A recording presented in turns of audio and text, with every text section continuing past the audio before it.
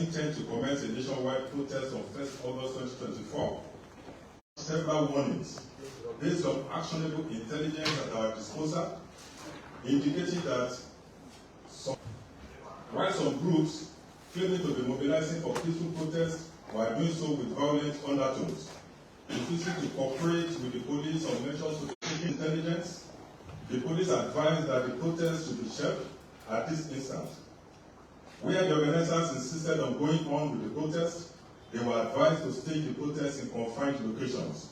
This would have enabled the police to provide adequate protection for the protesters and isolate the criminals whose intention was to loot and destroy in the name of a protest. This we were doing in furtherance of our duty to protect lives and property and maintain law and order. While we affirm the constitutional rights of citizens to assemble and express their views on issues of national importance, we were wary about the dangers posed by agitation instigated by some individuals who have shown tendencies to be disloyal to the government of the day.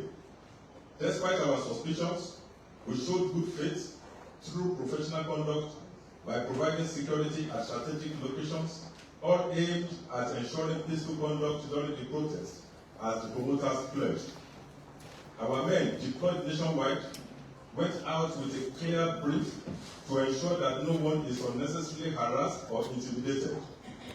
In places where there were court orders, we gave instructions for observance of same. Regrettably, events in some major cities today show that what was being instigated was mass uprising and looting, not protest. Those who were in the forefront of promoting the idea of the protest were not around to lead it. Hoodlums have been let loose on innocent Nigerians and their hard-earned businesses and property looted and destroyed. The motive of the rioters was basically two: loot and destroy both private and government property. The destruction so far has been mind-boggling.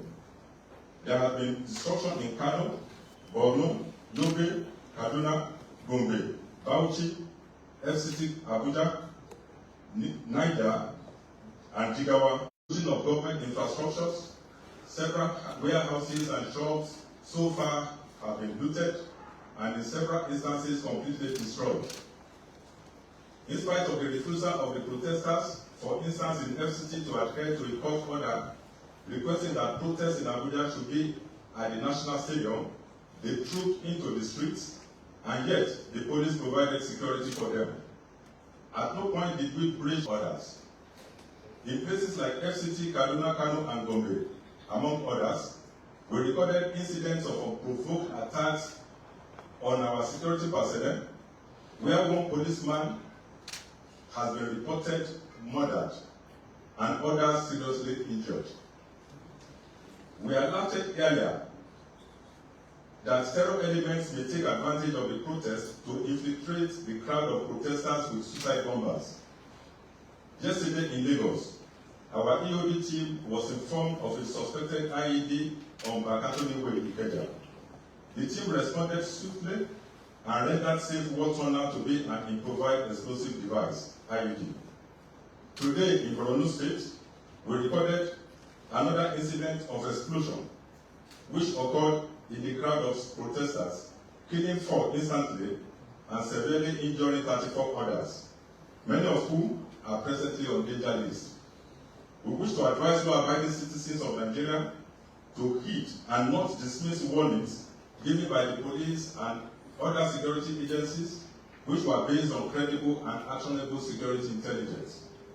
In the light of the current situation, the Nigerian Police Force has placed all units on red alert. Our officers are fully mobilized and prepared to respond swiftly and decisively to any further threats to public safety and order.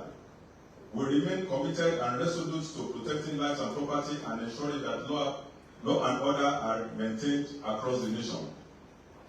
Groups who are hiding under the guise of exercise of a right provided in the Constitution to destabilize the country should also remember that the same Constitution imposed on them the duty to obey the laws of the land and respect the rights of other citizens. The police is equipped to respond appropriately to the unfolding situations and will get assistance from other security agencies, including the military, if the need arises. We appeal to all citizens to remain calm and cooperate with the police and other security agencies during this challenging period. Your safety is our top priority, and we will continue to take all necessary measures to ensure continued peace and stability in our country. Thank you.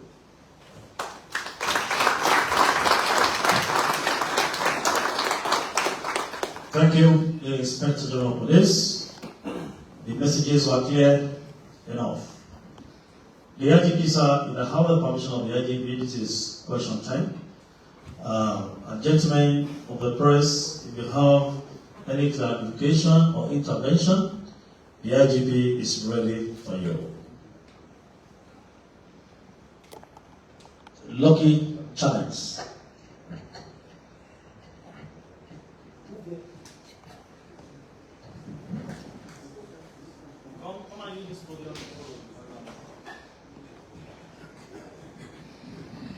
IGP, sir. Good evening, sir. My name is Lucky Isawudi. I work for Channels Television.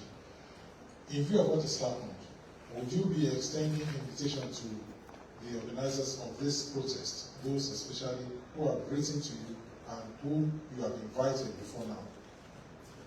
Thank you, the chance. Ada Bison Momoyayati. Good evening, sirs. My name is Ada Bison Momoyayati. I report for Africa Independent Television, AIT. IGP, sir, I'd like to know what word of caution you have for those who have turned the protest into a violent activity today. And I'm also curious to know why you and your team of management staff are wearing this red band on you. Thank you, sir.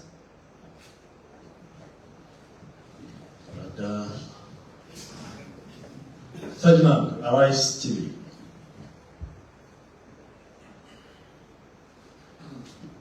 Good evening, sir. Thank you so much for the opportunity. Well, just to circle back on issues concerning the court's order yesterday, well, one of the complaints from some of the protesters was about that they were not served any court judgment from yesterday.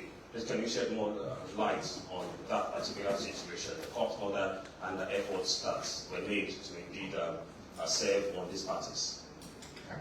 Thank you.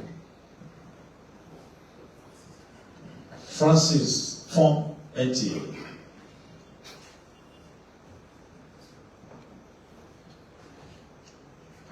Good evening, Mr. IGP. Good evening, the Force Management team.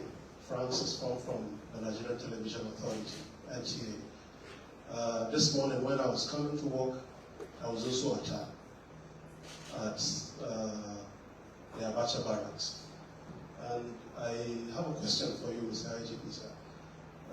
Some of the protesters have alleged that it was because some of the operatives, so to say, or officers, opened fire on them, thereby necessitating their action. I'd like to hear from you, sir.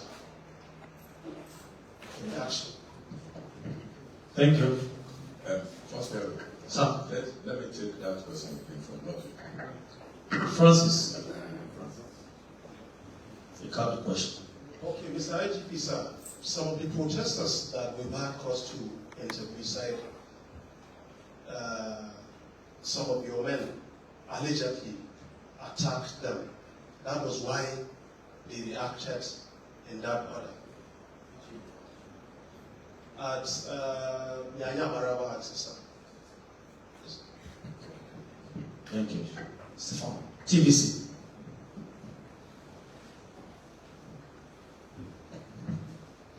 Good evening, IGP, senior management. My name is Stefan from TVC News. Just like my colleague has just mentioned, on the outskirts of Abuja today, we also came under attack covering this incident. And there is an observation where the demonstrators, there's an impression we have, or have observed the ongoings. There's this, there seems to be the fact that police in that location were overwhelmed by the sheer size of the demonstrators. What are you going to do differently? Thank you. Then Francis, you said you were attacked. You didn't indicate those who attacked you. You ought to have been specific. Protesters. Okay. Malaba Yaya Aziz. Thank you. Any other one? I think we are done with question time, the IGP. The IGP may wish to react to some of these issues, sir. Thank you, sir. Okay, the first question was whether I will still be extending invitation to different groups who still want to stage protest. I want to believe that they have started the protest today.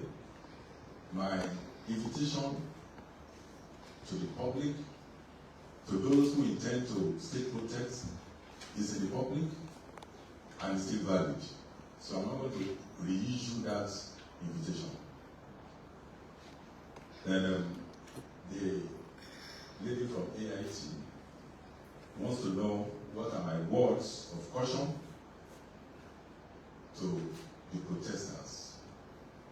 I want to caution that those who want to come out to protest must remain peaceful.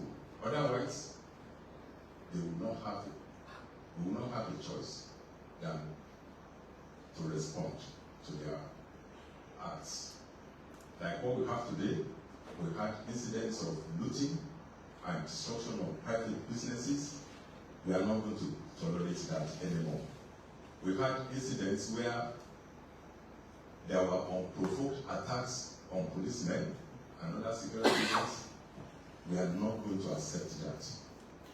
So, if I advise that they should just not bother to continue with this. When we talk about rights to protest, we are not denying the rights. We have said severally that we recognize the rights of citizens to protest. But this right is also not absolute right. The same constitution that gave them rights to protest also imposed duties on them. What our lawyers have been telling our youth is that it's their right, it's their right. Nobody is talking to the youth about their duties and responsibilities to the state. And that's the problem.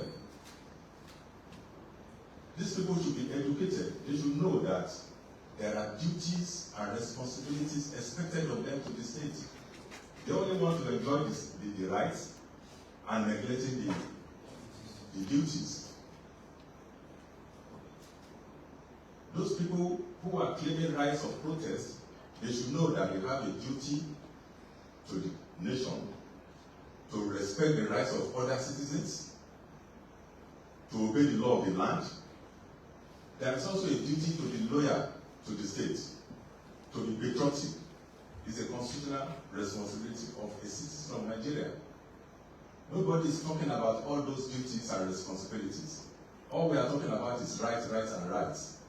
Yes, it's good to know your rights, but it's not good to take the rights and neglect the duties. The two come together.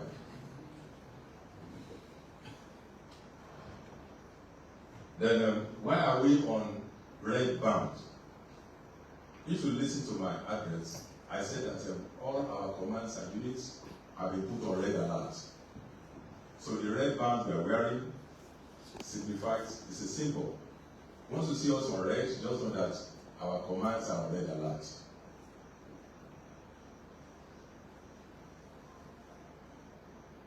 Okay, there is this other one that said that the group who did not obey the court order claimed that they were not served. How do you serve faceless people? People that you don't know. How do you serve them with the orders? They remain faceless. So it will be difficult to serve them. Their threats were in social media. I think the other two was on social media. So I believe they have been served. The channel's reporter reported an attack on himself by protesters.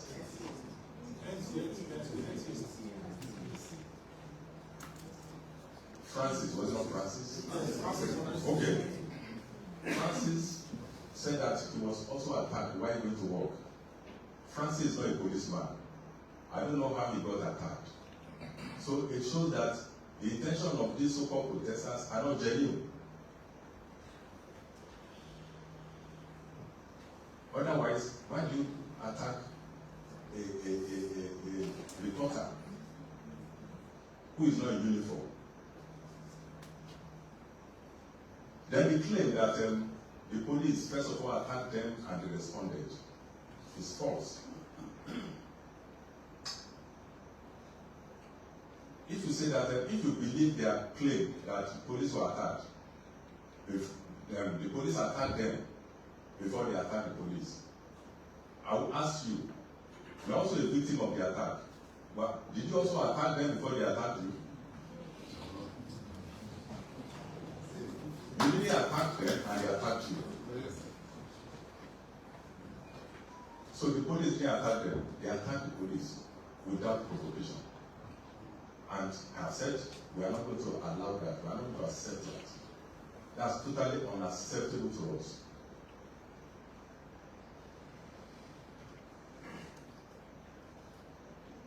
Yeah, there was this one on, I don't know whether it's a question. You said that the police appear overwhelmed. We were not overwhelmed. We have our standby units everywhere. We prepare for this. We were only civil. The fact that we were civil does not mean that we were weak. We were only civil because we were expecting